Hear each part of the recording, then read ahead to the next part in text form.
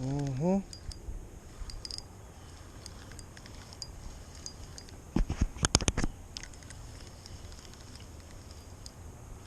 Sucker don't want to come in neither.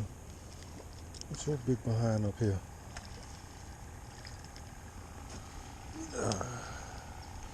What's your big behind up here? Another nice thick crappie to eat. Let's go. Let's get him in there. Let's get in here and get another one, YouTube. Hold 'em Hook TV. Let's go. Hold 'em Hook TV. First crappie of the day.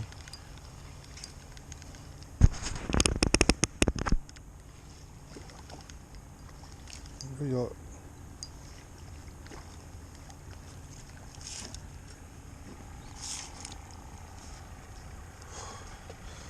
All right. Man, I gotta get this.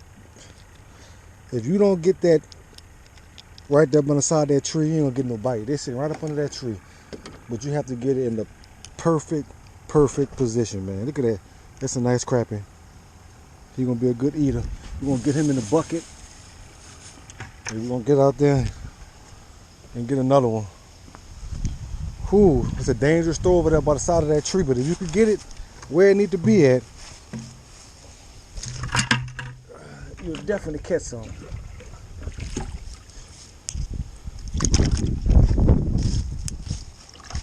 Hold 'em Hook TV. Let's get in there and get another one. Alright, guys. Sorry I had to do y'all like that. I know y'all probably thought this was going to be a video of nothing but me fishing. I wish it was too.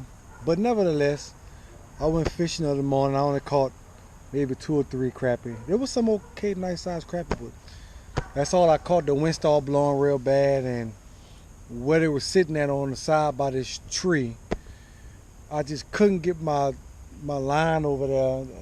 They wouldn't hit it on the fall. I had to like kind of bop it with the bobber.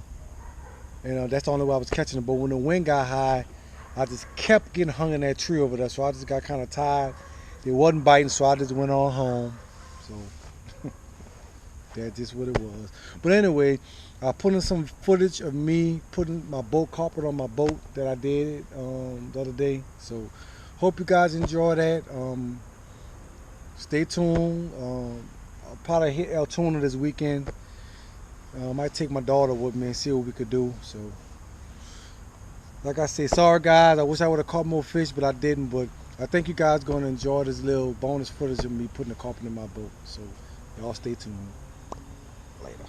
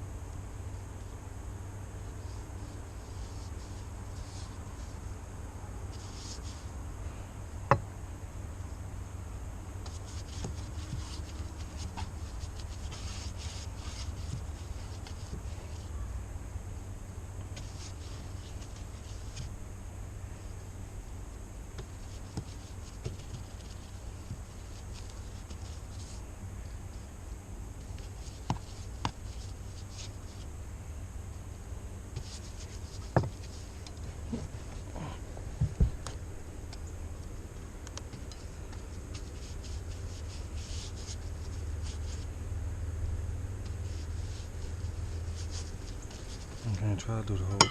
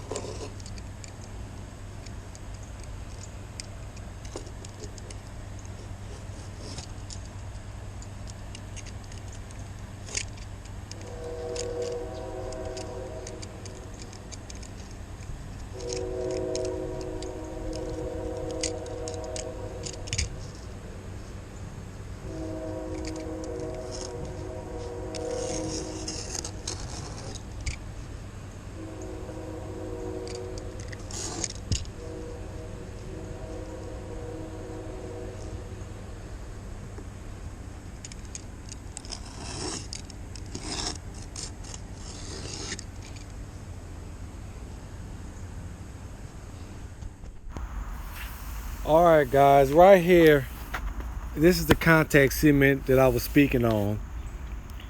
So actually, I had about a pint and a half of this stuff left. So I basically was done doing what I needed to do with it. So I was pouring it out on the doors, just kind of rolling it with a 3/4 inch nap, if I'm not mistaken. I think that's what it was. And here I am just covering the door.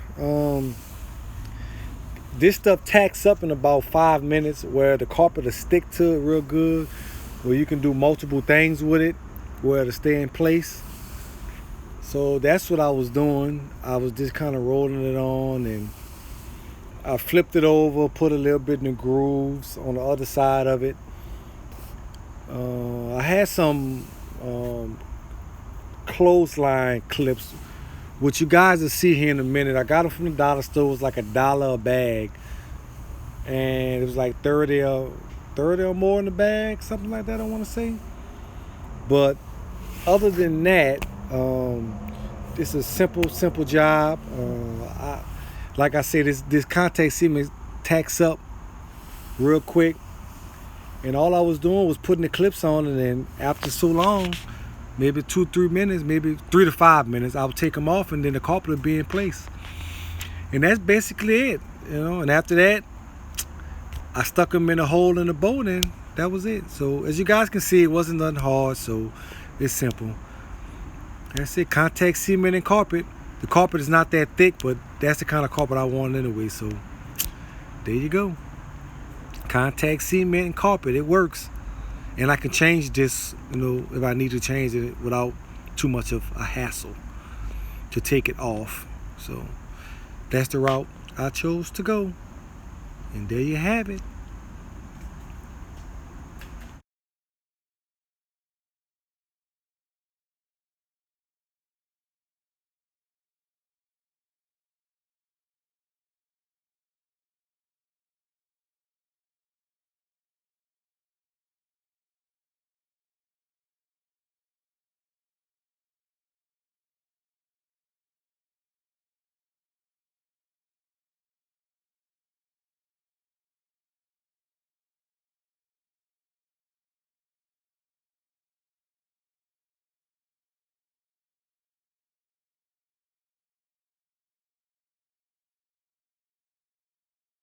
As y'all can see, I'm almost done getting the carpet in the back of the boat. I got my gas tank put in.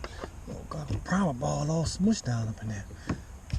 I got the back of the boat carpet done. I got to do all the trimming and stuff and get it all pretty and everything.